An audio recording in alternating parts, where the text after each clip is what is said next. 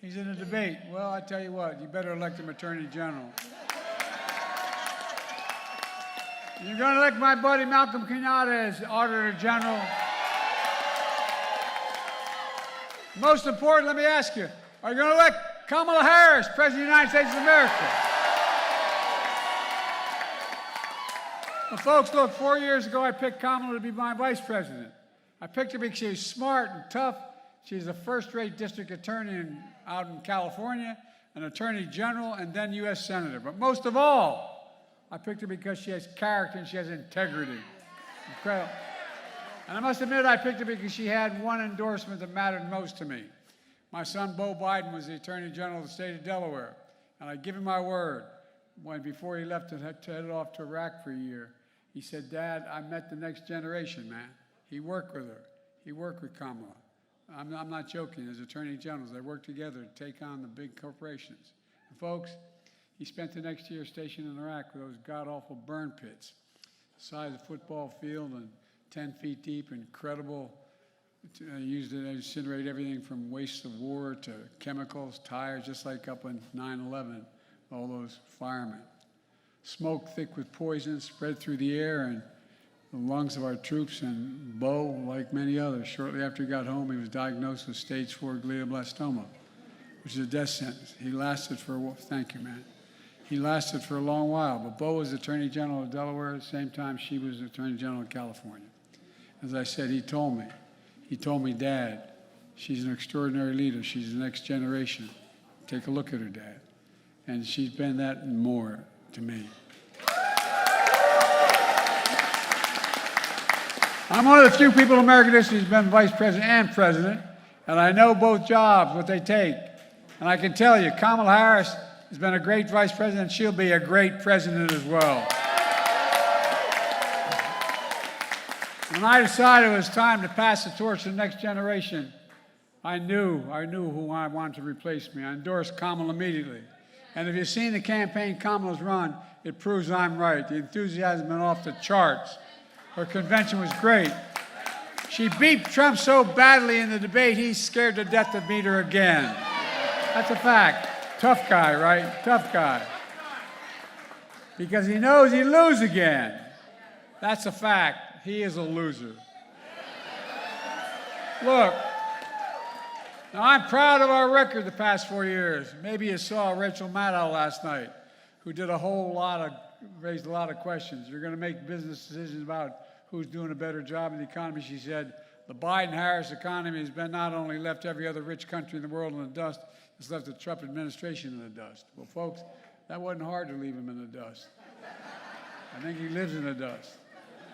We created 16 million jobs, more jobs than has been created in a single term in all of American history. More people are working today than ever before. Wages for working people are higher than they've ever been before. And more people have health care insurance than before. And what does Trump want to do if he wins? He wants to use his favorite word, terminate. No, I'm serious. This guy means what he says, man. He wants to terminate the Affordable Care Act. He's been trying to succeed, and he failed every time. If he does, though, 40 million Americans will lose their health care. 40 million. And 100 million will lose their protections because they have pre-existing conditions. Trump likes to call himself pro-business. We all know Trump is a failed businessman. He inherited $100 million. And he got bankrupt how many times I can't keep track. Including bankrupting the casino in Atlantic City was pretty hard to do. How's that possible? I thought the House always won. Trump wasn't only a loser in 2020, he's a loser in everything he does. Meanwhile, on our watch, business of all sizes are surging. A record number of small business applications is 19 million so far since we've gotten elected. And every single application is an act of hope.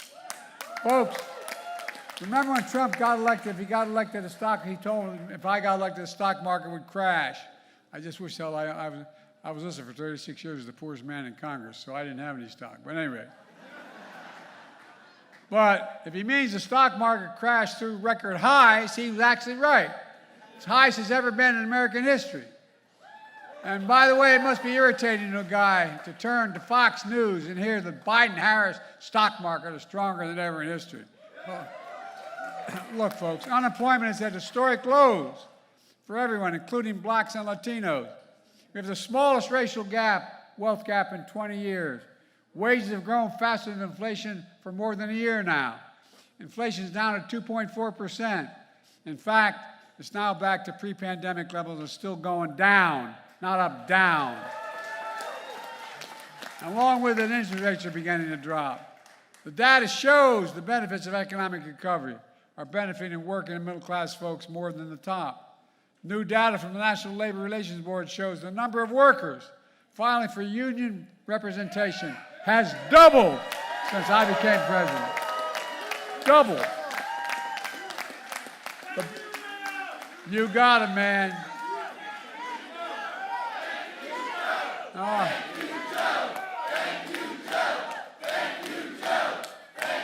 My grandfather would roll over in his grave if I wasn't.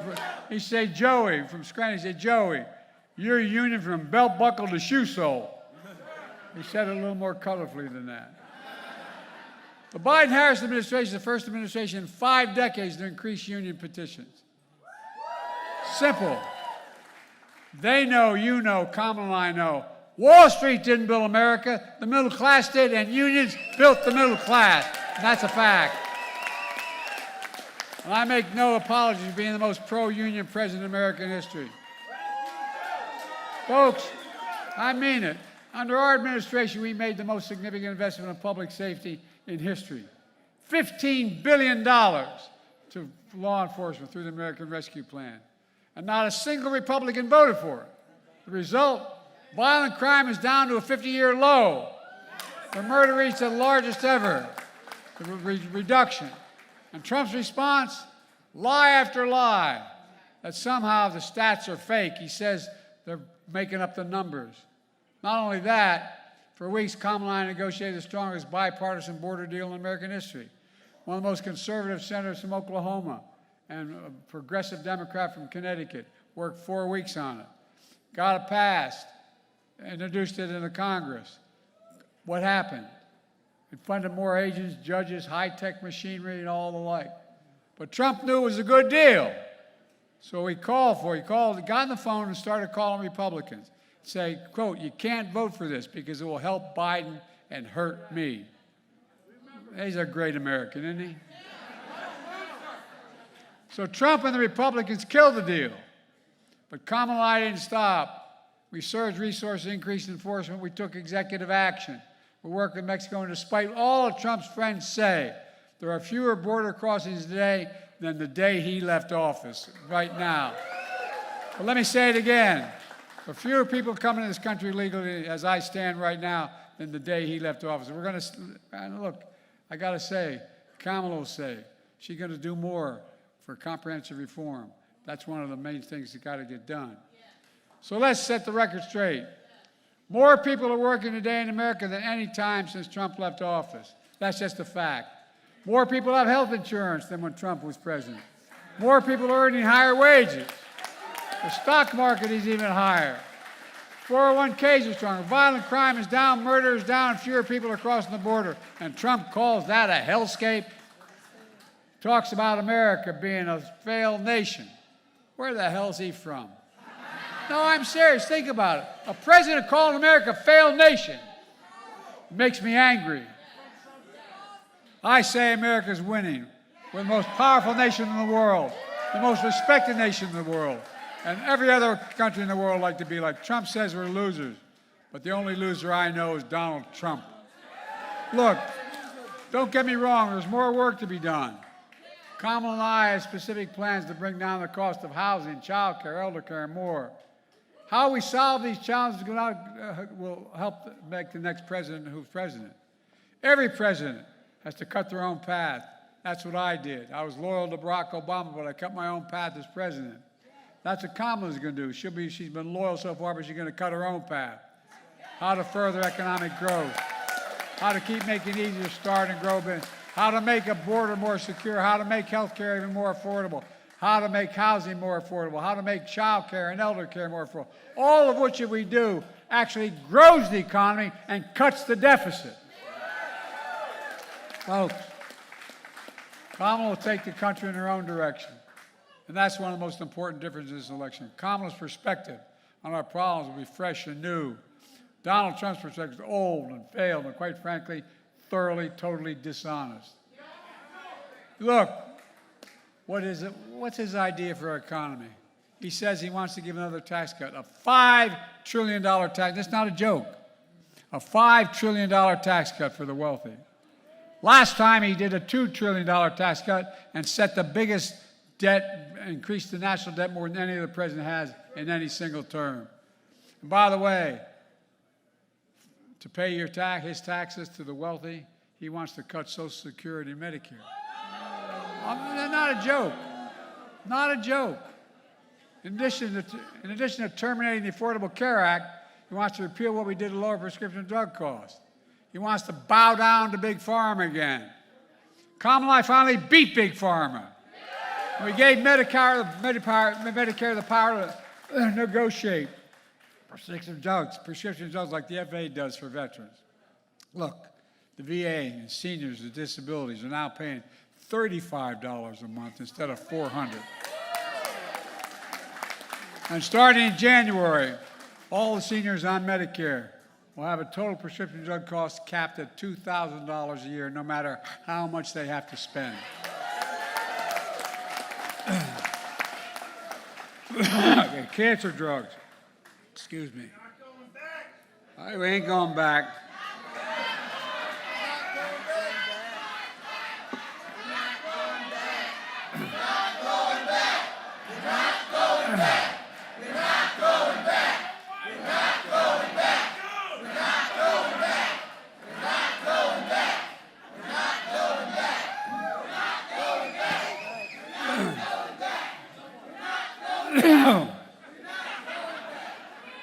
By the way, our Medicare reforms not only save seniors the Medicare money, you know how much they save the taxpayers?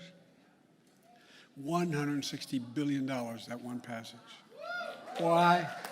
Because Medicare is paying $35 instead of $400, for example. Trump wants to take all that away. But Kamala wants to expand everything so it exists for everybody in the nation. Look, he wants to cover the elder under Medicaid. Trump would get rid of the $369 billion Kamala and I passed, most ever in the history of the world, to deal with climate change. And by the way, no climate change out there, right? I just spent a week from Florida to North Carolina. It's devastating. You know why? Because the ocean water is warming, increasing significantly the threats of significant weather. How does it make you feel after the last hurricane that I've ripped through this country, knowing that we're going to cut back on? Look, Trump wants a new sales tax. A new sales tax on goods we import in significant numbers. Up to 85% of all the seafood we eat is imported. 60% of the fresh fruit, 40% of the vegetables. We import coffee, clothing, and so much more. And according to all the economists, if his sales tax were to, in fact, pass, the average family would have an increase in their cost of $400 a year. Or $4,000 a year, excuse me. $4,000. And look, it's a surprise that we got a guy who can't afford to say the word union, wants to get overtime and hardworking folks taken away. No, he's doing it again. That's what he says. He said he and his allies who support workers in the middle class. Give me a break. Look, this is from the same guy who calls himself a great protector of women.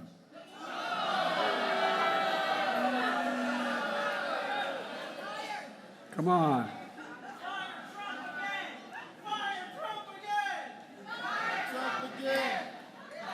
Folks, look, there's the same guy who's been held liable for $83 million for sexual abuse and defamation.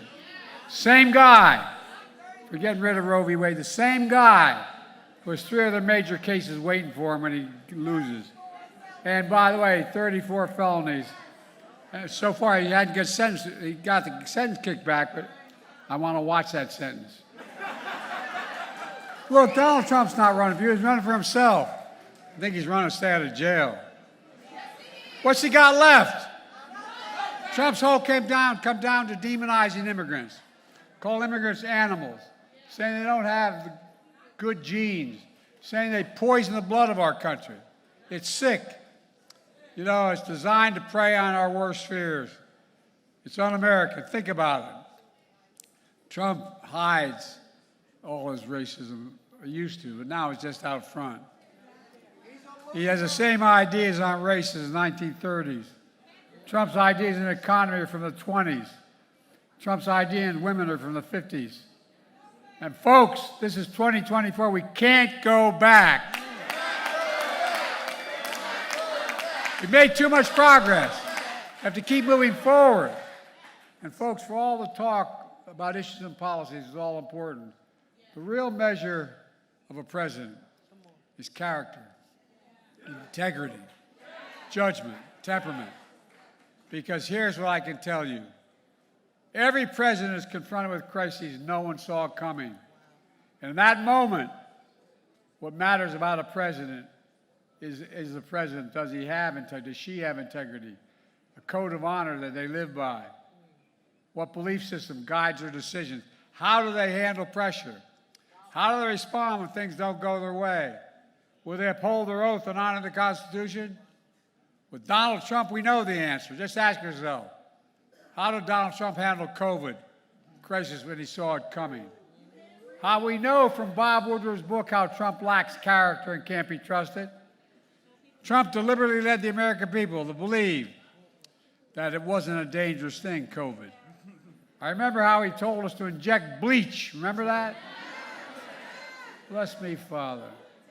In the middle of the COVID crisis, this guy gave Putin, we came out recently, he gave Vladimir Putin COVID tests that were desperately needed by Americans at home, and he gave it to Putin.